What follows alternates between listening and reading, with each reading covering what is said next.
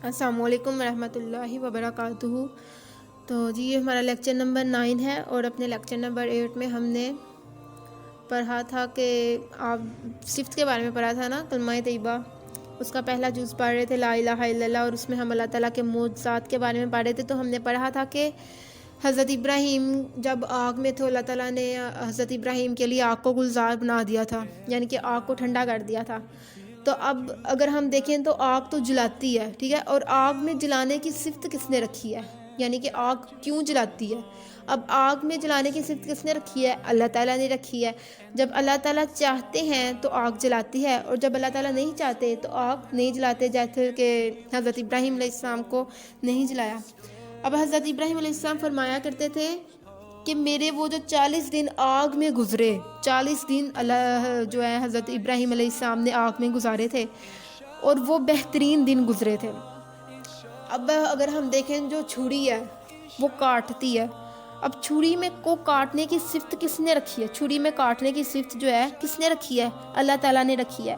اب اس کی مثال یہ کہ جب حضرت ابراہیم علیہ السلام نے پوری طاقت سے اپنے بیٹے حضرت اسماعیل علیہ السلام کو ذبح کرنا چاہا، لیکن چھری نے ایک بال بھی نہ کاٹا۔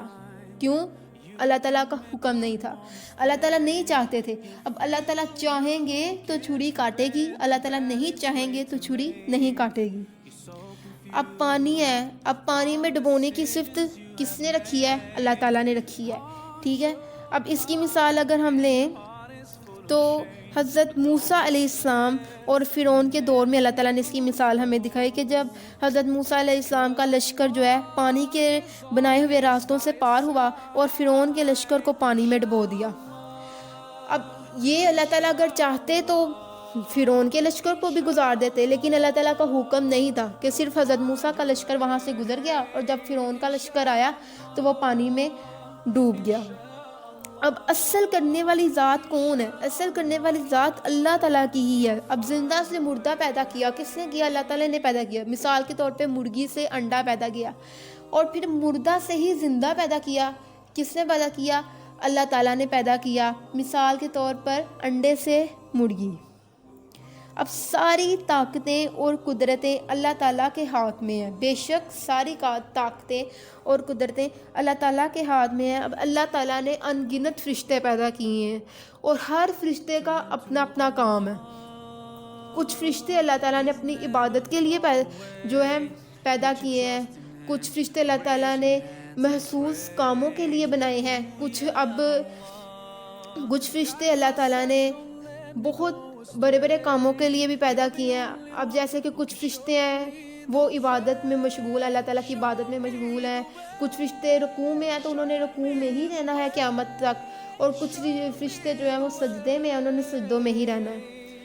تو اگر ہم دیکھیں اسلامک بکس میں اگر ہم پڑھتے ہیں، تعلیم لیتے ہیں اسکول کی تعلیم یا ویسے مدارس میں، تو 4 مشہور فرشتوں کے بارے میں آتا ہے جو ہم سکھاتے ہیں سب کو، اور کون کون سے ہیں؟ حضرت جبرائیل، حضرت میکائیل، حضرت اسرافیل اور حضرت عزرائیل۔ ان چاروں کے اپنے اپنے کام ہیں، الگ الگ اللہ تعالیٰ نے ان کو کام سونپے ہوئے ہیں، اور وہ وہی کرتے ہیں۔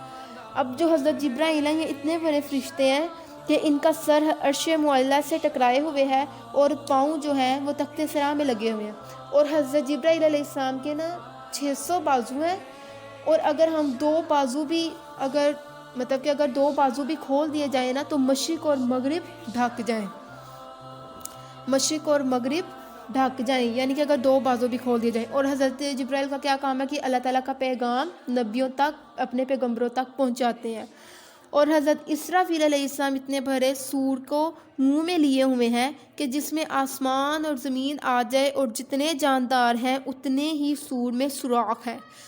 اور حضرت اسرافیل کا کیا کام ہے کہ قیامت والے دن حضرت اسرافیل سور پھونکیں گے، جتنے بھی مردہ ہوں گے سب زندہ ہو جائیں گے، جتنے بھی جاندار ہوں گے سب جو فوت ہوئے ہوں گے، مردہ ہوں گے، وہ سب زندہ ہو جائیں گے۔ اور حضرت میکائیل علیہ السلام اتنے بڑے فرشتے ہیں کہ اگر تمام سمندروں کا پانی ان کے سر پر ڈال دیا جائے نا، تمام سمندروں کا پانی کتنا بڑا سمندر ہوتا ہے اگر ہم دیکھیں تو تمام سمندروں کا پانی ان کے سر پہ ڈال دیا جائے تو ایک قطرہ بھی نیچے نہ گرے۔ اور حضرت میکائیل علیہ السلام کا کیا کام ہے کہ یہ بارش برساتے ہیں۔ اور جو ہے حضرت عزرائیل علیہ السلام، یہ اتنے بڑے فرشتے ہیں کہ تمام جانداروں کی روحیں ان کے ہاتھ میں ایسے ہیں جیسے سامنے پلیٹ میں دانے پڑے ہیں۔ اب حضرت عزرائیل علیہ السلام کا کیا کام ہے کہ یہ لوگوں کی مطلب کہ تمام جانداروں کی روح نکالتے ہیں، روح قبض کرتے ہیں۔ تو یہ الگ الگ فرشتوں کا اپنا اللہ تعالیٰ نے ان کو الگ الگ کام سونپا ہوا ہے، اور ہر فرشتے نے وہی کام کرنا ہے۔ اللہ تعالیٰ نے فرشتوں کو نور سے بنایا ہے، اور اللہ تعالیٰ نے فرشتوں کو کچھ فرشتوں کو اپنی عبادت کے لیے پیدا کیا ہے، کچھ فرشتوں کو بہت ہی خاص کاموں کے لیے بنایا ہے اللہ تعالیٰ نے، اور بہت سے فرشتے اللہ تعالیٰ نے پیدا کیے ہیں جو آسمانوں میں۔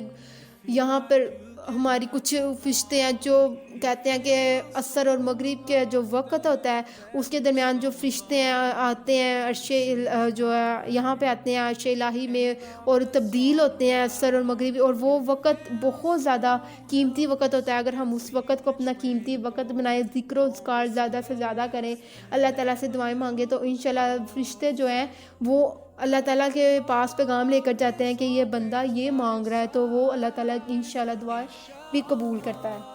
اب ہم نے کلمہ پڑھا، اب اس کے کیا فضائل ہیں کہ کلمہ تمام اذکار میں افضل ترین ذکر ہے، اس کے بے انتہا فضائل ہیں۔ آپ صلی اللہ علیہ وسلم کا ارشاد ہے کہ لا الہ الا اللہ کی گواہی دینا جنت کی کنجیاں ہیں۔ آپ صلی اللہ علیہ وسلم نے فرمایا کہ جس نے اخلاص کے ساتھ لا الہ الا اللہ پڑھا وہ جنت میں داخل ہوگا، جس نے اخلاص کے ساتھ لا الہ الا اللہ پڑھا وہ جنت میں داخل ہوگا۔ پھر آپ صلی اللہ علیہ وسلم کا ارشاد ہے کوئی بندہ ایسا نہیں کہ لا الہ الا اللہ کہے تو اس کے لیے آسمانوں کے دروازے نہ کھلیں، سبحان اللہ، یہاں تک کہ یہ کلمہ سیدھا عرش تک پہنچتا ہے، بشرطے یہ کہ کبیرہ گناہوں سے بچتا رہا۔ اب کبیرہ گناہوں میں کیا آتا ہے؟ بہت بڑے گناہ، جیسے کہ ماں باپ کی فرما برداری، ماں باپ کی نافرمانی کبیرہ گناہوں میں سے ایک گناہ ہے، اور زنا بھی کبیرہ گناہوں میں سے ایک گناہ ہے۔ ہمیں چاہیے کہ ہم لوگ کبیرہ گناہوں سے بچیں، اور بے شک اللہ تعالیٰ معاف فرمانے والا، درگزر فرمانے والا ہے۔ اللہ تعالیٰ ہمارے تمام صغیرہ اور کبیرہ گناہوں کو معاف فرمائے، آمین۔ ہم اپنے اگلے لیکچر میں کلمے کا دوسرا جز محمد الرسول اللہ کے بارے میں پڑھیں گے۔ اللہ حافظ۔